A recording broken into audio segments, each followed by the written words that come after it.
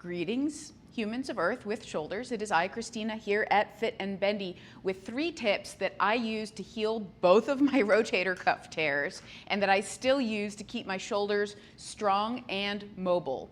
I never stretch my shoulders without incorporating these 3 things, so I hope you find them useful as well. If you have tight, cranky, crackly, poppy shoulders and you stretch them, and then after you stretch, maybe you feel better, but it's short-lived, incorporating these tips maybe could help to create the stability that your shoulders need to have a lasting effect from the stretches that you're doing. Do you love nerding out on mobility? Me too. Let's do it together. Like and subscribe if you want some more.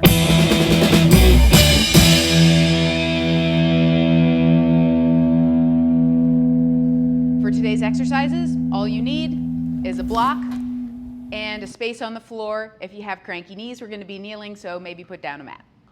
Tip number 1, alignment is more important than range. For example, in this overhead shoulder extension stretch where we're trying to sink our chest down towards the floor with the hands on the block, if you can go deep, deep into your stretch, but your form falls apart, you're going to be better off not going to your end range of motion and finding something that feels maybe even more like a strengthening exercise than a stretch until that alignment improves.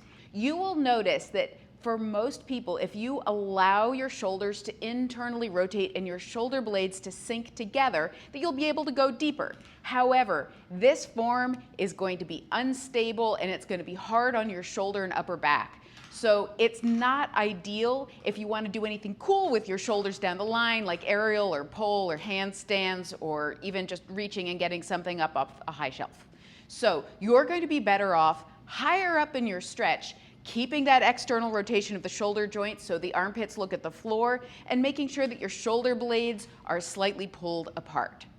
If you're having a hard time finding this position, please check out the video from a couple weeks ago on overcoming isometrics for shoulder stability. I think you'll find that helpful.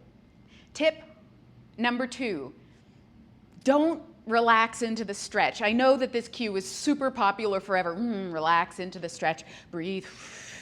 The problem with relaxing into the stretch is that you can often increase range to an area where you have no control or strength. Your muscles are overstretched and you can end up stretching your connective tissue. So what I like to do instead is do a very gentle resistance throughout my entire stretch. One way of doing this in this overhead shoulder flexion stretch is to very slightly scoot your knees back. You do not have to go far in order to get good results. And you'll find that when you do that, you have more body weight in your arms. So the muscles that are being stretched, your latissimus dorsi, have to work a little bit to hold you, even though they're lengthening. So they are lengthening and working at the same time. This enhances your shoulder stability and helps create that usable, awesome mobility that we really want to do cool stuff.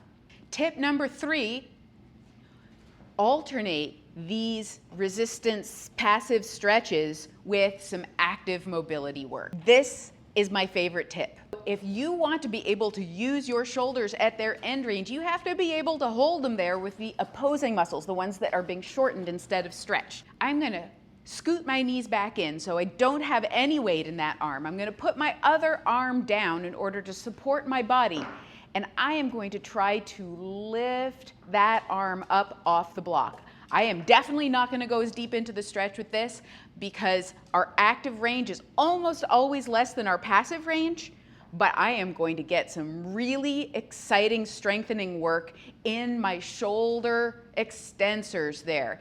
And that is what we want from this exercise. Now I'm strong in the muscle that's lengthened and the muscle that's shortening. Yay, stability. Now shake those limbs all out and check and see how you feel. Hopefully, as great as I do. If you found this useful, I appreciate your like. It helps me know that I'm creating content that you're into. And if you have any comments, questions, queries, or concerns, pop them in the box below. I read everything and I want to hear from you. Go out and use those shoulders. And as always, happy bendings.